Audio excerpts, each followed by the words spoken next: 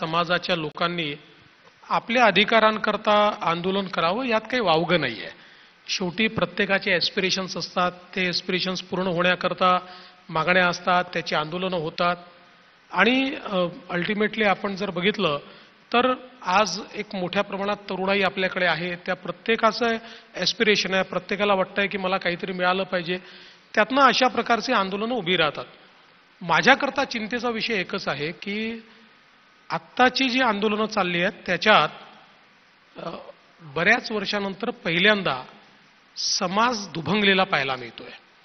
म्हणजे ज्यावेळेस आपल्या मराठवाडा विद्यापीठाला भारतरत्न डॉक्टर बाबासाहेब आंबेडकरांचं नाव देण्याचा निर्णय झाला त्यावेळेस एक समाजात आपल्याला दुफळी दिसली.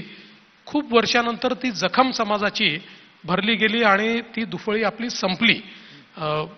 त्या ठिकाणी जे काही त्या काळात परिस्थिती तयार झाली होती, दंगे झाले होते, एक प्रकारे गावागावांमध्ये भांडणं झाली होती, पण हळूहळू समाजाने ते ओव्हरकम केलं आणि तो विषय संपला. पण आज पुन्हा तशाच प्रकारची दुफळी आपल्याला समाजात पाहायला मिळते आहे. मला सगळ्यात जास्त चिंता त्याची आहे, कारण आंदोलनं होतात, आंदोलनं संपतात, कधी ती यशस्वी होतात, कधी अयशस्वी होतात, कधी मागण्या मान्य होतात.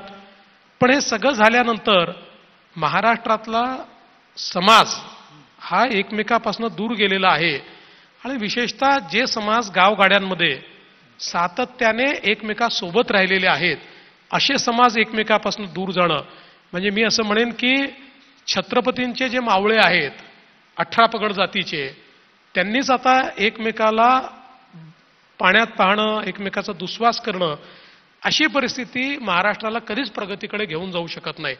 ते मला असं वाटतं की या सगळ्या आंदोलनांमध्ये मनं दुभंगणार नाहीत. हे कसं आपल्याला करता येईल कठीण आहे, पण हे करण्याचा प्रयत्न आपण केला पाहिजे. पण तुमचं नाही मन दुखावलं ज्यावेळेला तुम्हाला या आंदोलनाच्या वेळेला तुमच्या जातीवरनं बऱ्याचदा बोललं जातं, तुम्हाला बऱ्याचदा त्याच्यामध्ये तुमची सुद्धा जात आडवी येते त्याच्यामध्ये आणि तुम्हाला टार्गेट केलं जातं? ते मी तर त्याला पॉझिटिव्हली घेतो की महाराष्ट्राच्या राजकारणामध्ये देवेंद्र फडणवीसवर बोलल्याशिवाय कोणाला राजकारणच करता येत नाही अशा प्रकारची अवस्था आज महाराष्ट्राच्या राजकारणात तयार झाली आहे असं मला वाटतं. म्हणजे मला जर टार्गेट केलं तरच आपल्याला राजकारण करता येईल असं विरोधी पक्षांना वाटणं, असं अनेकांना वाटणं, याचाच अर्थ कुठेतरी तुमच्या शक्तीला ते अॅक्नॉलेज करतायत असा त्याचा अर्थ आहे. पण एक गोष्ट मी तुम्हाला सांगतो, माझ्या अनुभवातनं सांगतो, जात ही राजकारण्यांच्या मनात जास्त आहे, जनतेच्या मनात कमी आहे. जातीचं राजकारण हे जनतेच्या मनात नाही, ते राजकारण्यांच्या मनात आहे. आणि त्यामुळे हे जे काही या ठिकाणी आपल्याला पाहायला मिळतं ते मला जे काही टार्गेट केलं जातं त्याच्या पाठीमागे त्यांना असं वाटतं की अशा प्रकारे मला टार्गेट केल्यामुळे त्यांना फायदा मिळेल, पण असा त्यांना फायदा मिळणार नाही.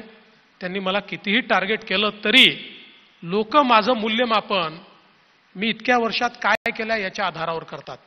आता माझा सवाल आहे, मराठा आरक्षणाच्या विषयामध्ये मराठा आरक्षणाच्या आंदोलनाची सुरुवात कधी झाली?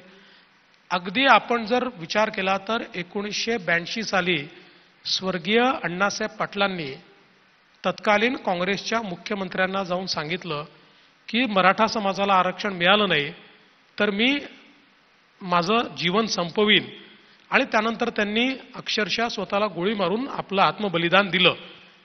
तेव्हापासनं इतकी वर्षे आंदोलन चाललं होतं पण मराठा समाजाला आरक्षण मिळालं नाही. मराठा समाजाला पहिलं आरक्षण मी मुख्यमंत्री असताना मिळालं. ते आरक्षण मिळाल्यानंतर मी ते हायकोर्टात टिकवलं. मी जोपर्यंत मुख्यमंत्री होतो तोपर्यंत सुप्रीम कोर्टात टिकलं. त्यानंतर सरकार बदललं आणि सुप्रीम कोर्टात काय काय घडलं आपण बघितलं आणि ते आरक्षण गेलं. पुन्हा नव्याने आमचं सरकार आल्यानंतर शिंदे साहेबांच्या नेतृत्वात आम्हीच ते आरक्षण दिलं. आणि सगळ्यात महत्त्वाचं काय आहे, आरक्षण तर महत्त्वाचं आहेच, पण आरक्षणाने सगळ्या गोष्टी त्या ठिकाणी पूर्ण होऊ शकत नाही, कारण जागा लिमिटेड आहेत. आणि म्हणून आम्ही हा प्रयत्न केला की अण्णासाहेब पाटील आर्थिक विकास महामंडळाच्या माध्यमातून आपण मराठा समाजात उद्योजक तयार केले पाहिजेत आणि त्याचं मी पूर्ण रिवायवल करून त्याच्या योजना तयार केल्या. मला या ठिकाणी उल्लेख करायचा आहे श्री नरेंद्र पाटील यांचा, अण्णासाहेबांचे चिरंजीव, की ज्यांनी त्या महामंडळाचं काम हातामध्ये घेतलं.